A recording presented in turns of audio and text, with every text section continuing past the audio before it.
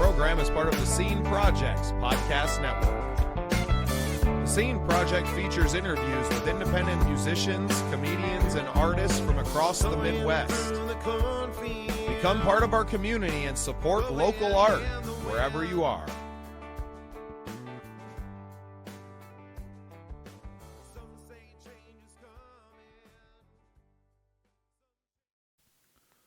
Welcome into another exciting episode of The Scene. I'm your host, Bubba Startz, and with me today, one-man band, Joshua Sinclair.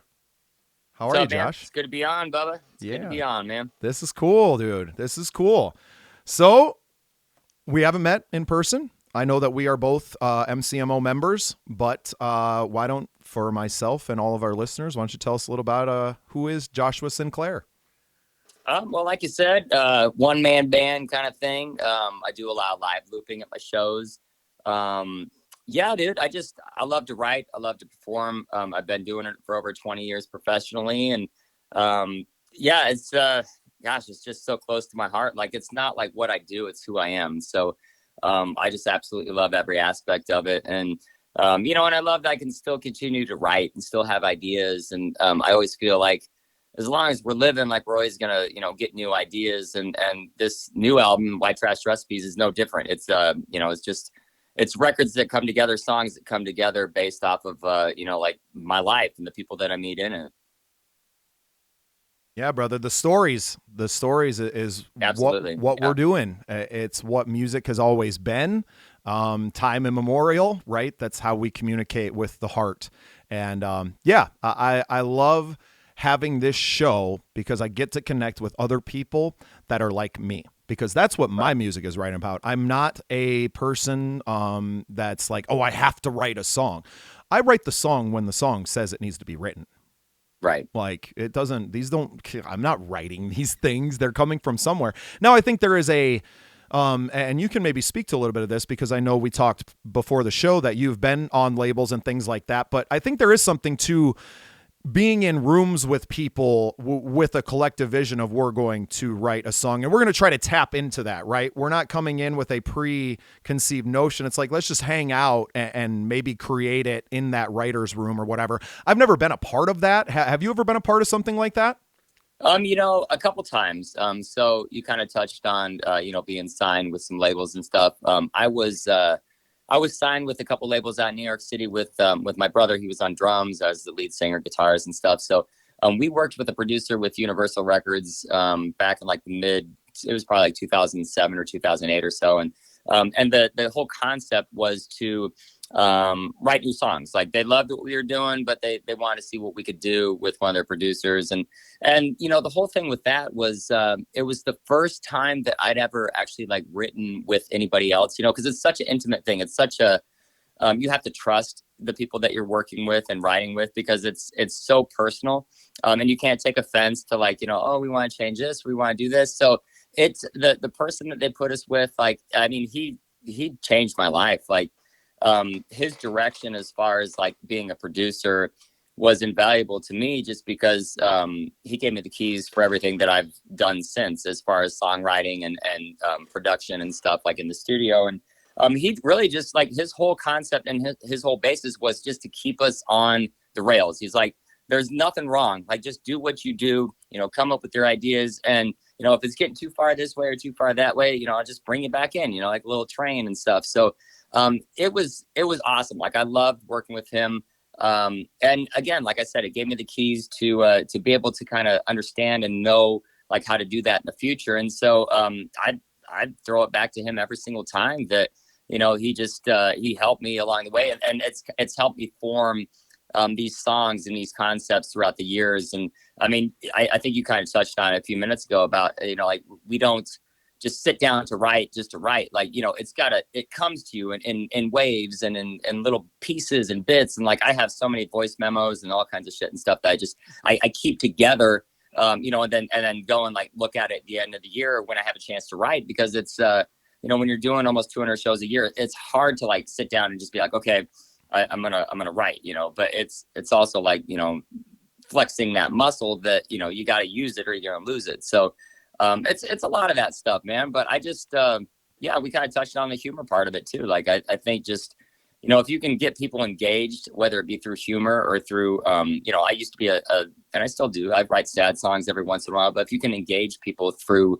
real life experiences, it's a way better experience, like to have them just really just, I don't know, just kind of falling off every word that you're singing. I mean, I think that's why we do it, because I mean, there'll be nights when it's not hitting like that, but then there's nights that it are. And man, it's amazing. Yeah. The connection, relatability. I think Mm-hmm. bringing humor to life, right? What is Yes. life but to laugh, right? Yeah, exactly, man. I spent a little time stamp on this episode. Yesterday was Mother's Day. Yep. And the laughs and smiles and all the good times that we had celebrating, my wife and our kids and her mom. It's her mom's birthday today, actually. And Oh, cool. my mother-in-law, Cindy, shout out to you, Cindy. Happy birthday today. Happy birthday to you. There you go. Little Joshua Sinclair, happy birthday song. See how lucky you are, Cindy?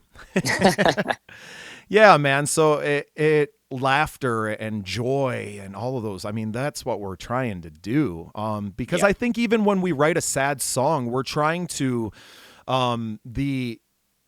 we're writing the light at the end of the tunnel, right? Like even though you're in the midst of it, you're not writing the song to remain sad. You're writing to get that feeling out of you, right? And this is what made me feel like that and all of that, and pour it onto the page. And if that happens to connect with other people, how awesome. How just the completion of the human experience, right?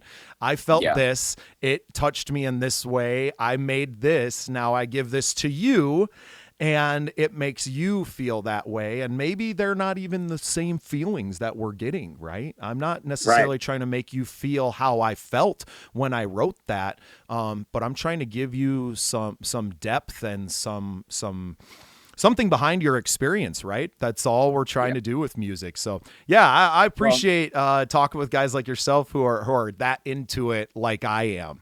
And not that I think all songwriters are. It's impossible not to be. So yeah, what a joy for me to have this little show now, to have an excuse to talk to everybody about it. It's inspiring is what it is. And you were talking about it too. It's everybody relates to songs in different ways and stuff. And that's what I think the cool thing is. You might go into it with like a preconceived notion of like, this is what I'm writing it about, but like everybody's going to take a piece of that and relate it to their lives.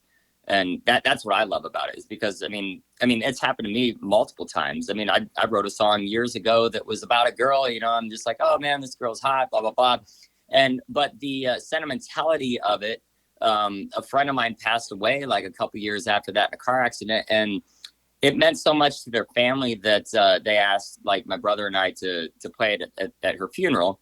And as I was playing that song at her funeral, like the words that I'd written for this completely other like, aspect, they made absolute sense for that moment, like absolute sense. It was crazy. So ever since then, like it takes me back to that moment. And I don't know if it's the same with you, but like when you write a song, sometimes like it brings you back to why you wrote that song. And like you kind of revisit those emotions and those, I don't know, those things that you're going through when you play the song. And yeah, dude, it's crazy. I mean, and it runs the gamut though too. Like I wrote a song on this new record about a couple good friends of mine. They got married on this big bike ride across Iowa called Rag Ride, and the local paper did an article about them, and they put their vows in. At the end of the vows, it said they were quoted as saying, "We love Jesus, but we like to party." And I'm like, oh man, that'd make a hell of a song. So I took that concept and wrote a song just kind of based on like my upbringing, and called "I Love Jesus, but I Like to Party." But same kind of premise and stuff. So it's like, not only do people get that from songs, but songwriters get that from everyday life and the people that they meet, where they relate to things in a different way. It's really cool getting to do what we do, huh? Mm-hmm. I love it. Absolutely, man. It's just it's very freeing. Like I feel like if I didn't have songwriting as an outlet, I don't know. Like it's like I've needed it through so many parts of my life. Like good parts, bad parts. Like it's always been there for me. And I don't know like what my outlet would be without having songs and songwriting and music in general. Yep, same. It's funny. I just got off a phone call with my friend Dan Smith. Shout out to Dan.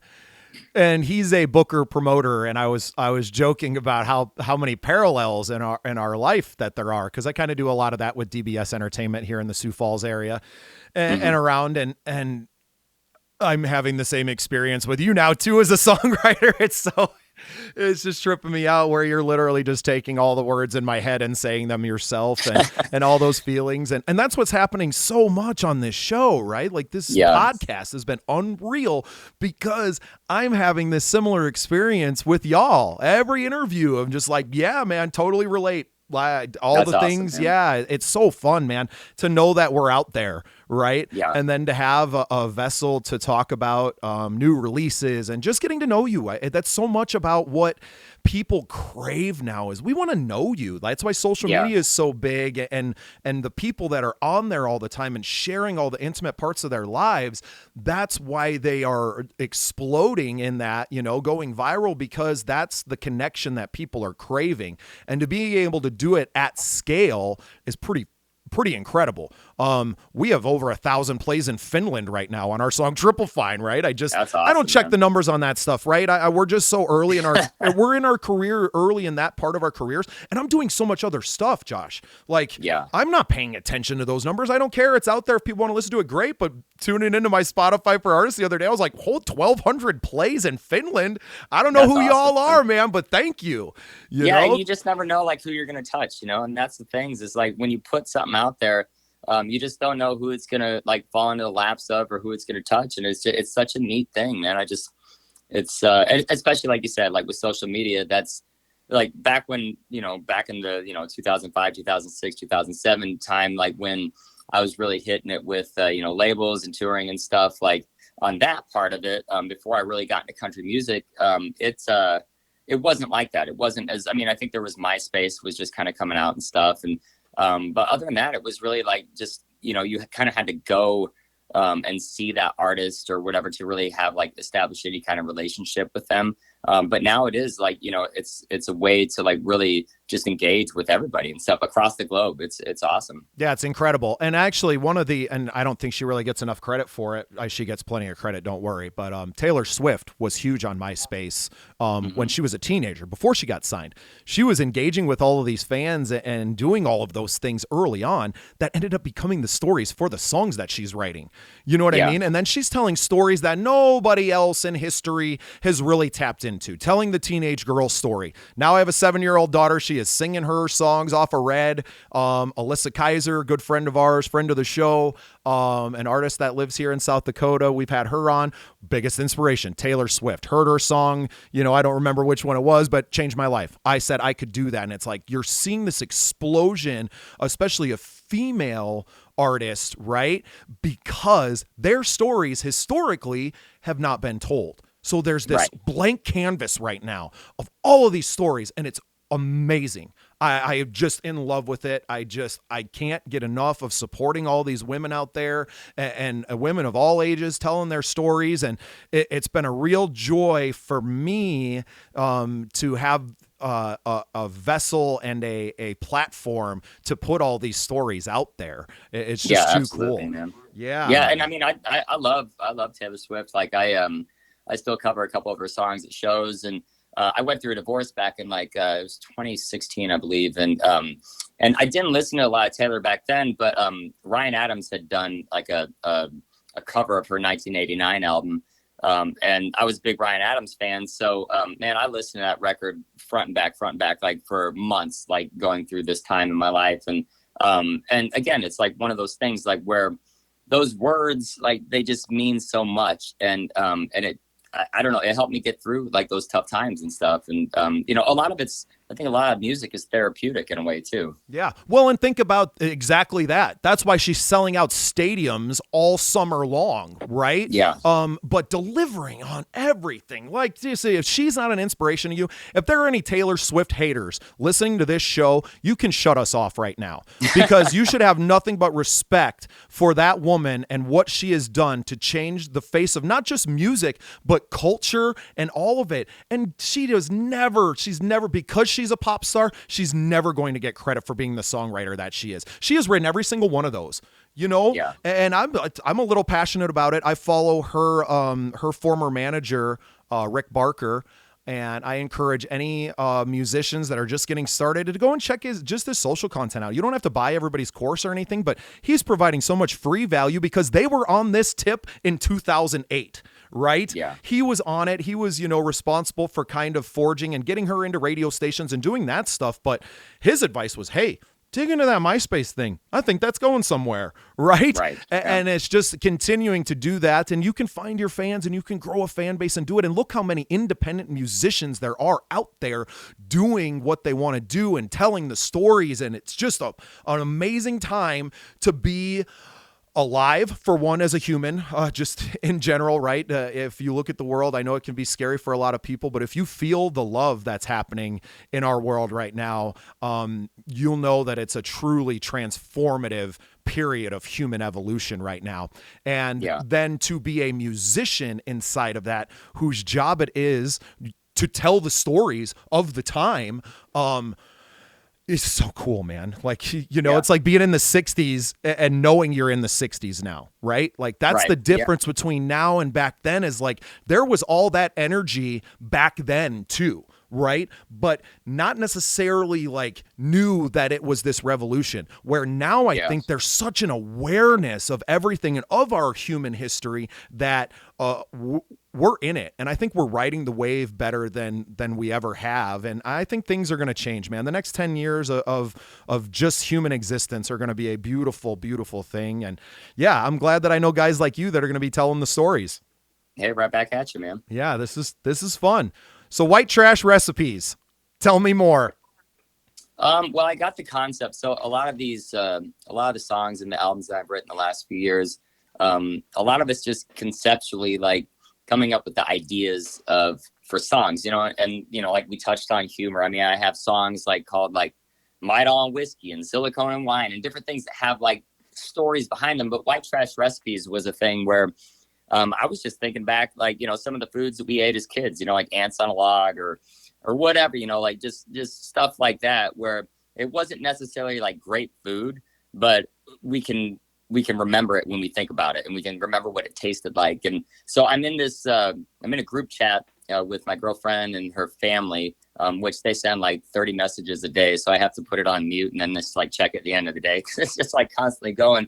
But anyway, I'm like, I should just put something on this group chat, with her family. And I'm like, hey, what are some of the foods that you guys ate, growing up that you remember, pizza rolls and stuff like that. So shit on a shingle. Yeah, exactly. I mean, they said that too, but I'm like, well, I want to keep it PG, but yeah, so they gave me this whole list of stuff, and I pulled a few of them, and then, it was like things that I grew up, eating and stuff, but it was more meant to be like a gateway to nostalgia and those times of us growing up, and just not necessarily about the food, but about the moments. And so I put this song together, White Trash Recipes, which is the concept behind it for the food that we ate, but it's blanketed in the nostalgic feeling of being young, and then now being the age that I am now, and thinking back, I miss those days, growing up, and the stuff that we did, and the kids that we played with and stuff on our block and all that. So that is the whole concept for the record. So I just really, it encompasses the whole feel of the album, from drinking songs to barbecues and parties and summertime and addiction. There's a song I wrote about addiction with a good friend of mine that lost pretty much everything in his life, and so it kind of just runs the gamut of just all those feelings and all those emotions, and but it ties it all together. And I actually did vinyl for this one too. So I mean, I think as a songwriter, sometimes that's your goal, is to have somebody listen to the album from front to back, all the way through, and not just track by track, or I like this track, cherry picking, because I really love being able to listen to a record how it was meant to be. And so it's really, it's been great, man. And the reception I've gotten this, it's only just over a week and a half old, has been amazing. That's cool, man. How'd you get it printed? So I went through this company that I've gone through for the last 5 or 6 albums, Disc Makers, and it's the vinyl print, obviously takes a lot longer than CDs or anything like that and stuff. So that was kind of a thing, because I'm like, I really want to be out by the beginning of summer. May 1st was my target date, and they got it to me before that. So yeah, I printed up a run. And the cool thing too is, like, if you actually buy the record, they gave me the option to, instead of just doing black vinyl, I could do like 5 or 6 different colors that it's just random, like the blue, pink, red, yellow, purple, whatever. You just don't know what you're going to get till you open up the record. So that's kind of fun too. Yeah, and helps them lower some of that stock they got of colored records. Mm-hmm. Yeah, I'll take it off of them, man. I nice boy, right? Heck yeah. When somebody buys a record, I'm like, oh, can you just open it just so I can see what color it is, Yeah. Hey, that's cool, man. And then every, not one of ones necessarily, but one of few. Yep. That's awesome, man. I love the idea of vinyl. I just found this company that's in the Minneapolis area, I think, called Out of Wax. Okay. And they press their own vinyl, small company. So I'm digging into that, and it just opened my mind to, hey, maybe a vinyl record would be really cool, right? Because I just love the visceral, just everything about a vinyl, right? The fact that you can play it just on a needle, right? Just the science of vinyl is freaking cool. And I don't think we really give enough credence to that, right? I mean, put a little microphone. All that needle is a small microphone, and that vinyl is in that groove, and that music is printed on there. Not much different than a music box, right? I mean, that's essentially the science.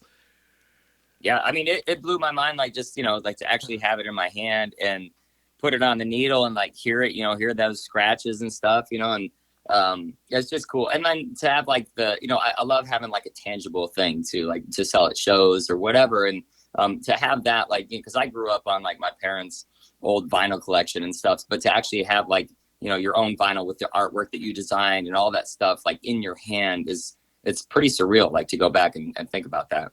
Yeah, it's awesome. So parents had a big record collection?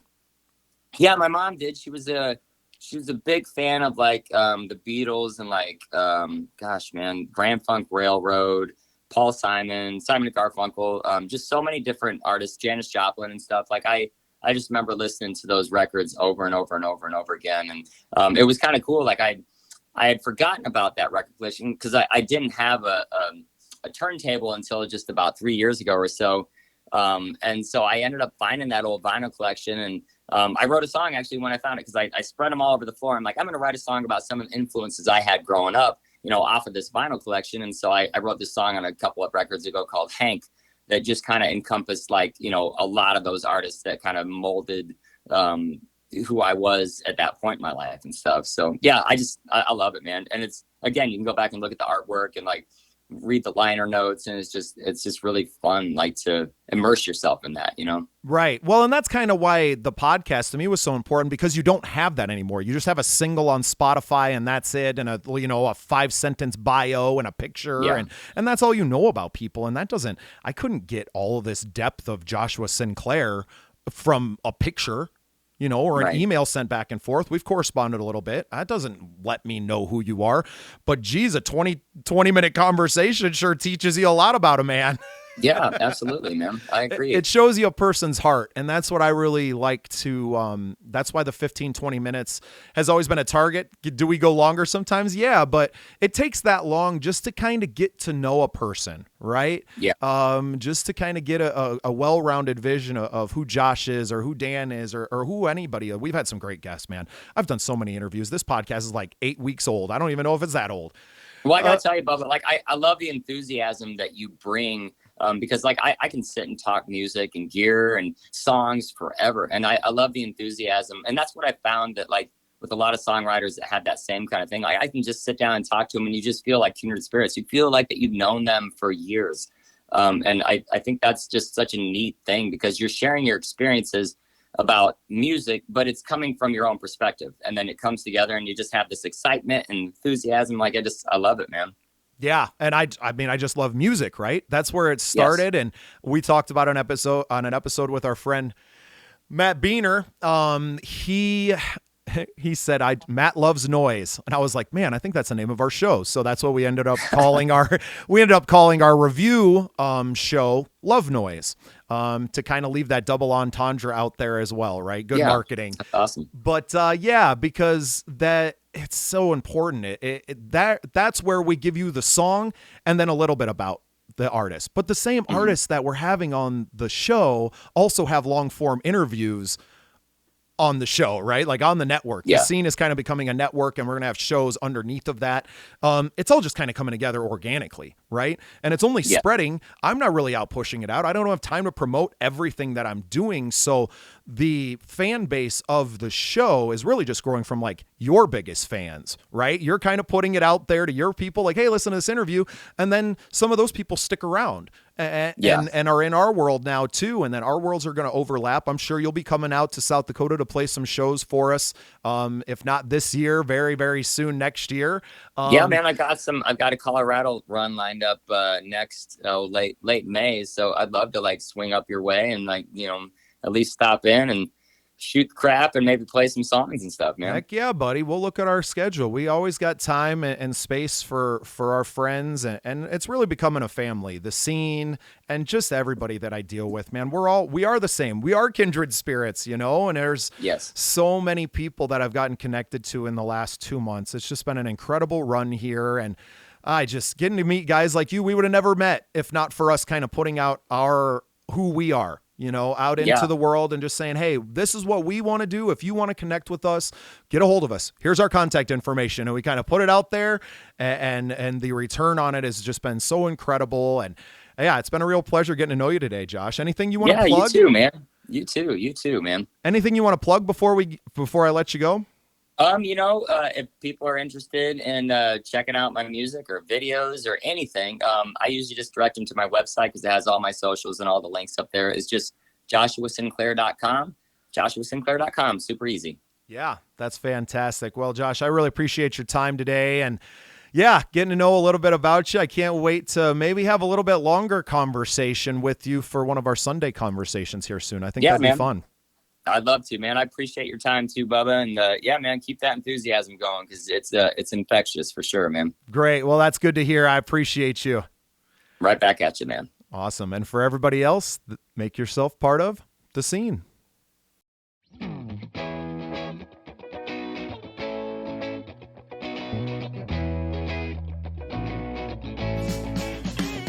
Thanks for tuning in to the Scene Projects Podcast Network. We appreciate you listening. You can find more at thesceneprojects.com. Join our community. Got an ocean full of love that's made for two. We sail upon the ocean breeze and sunshine feels like you love.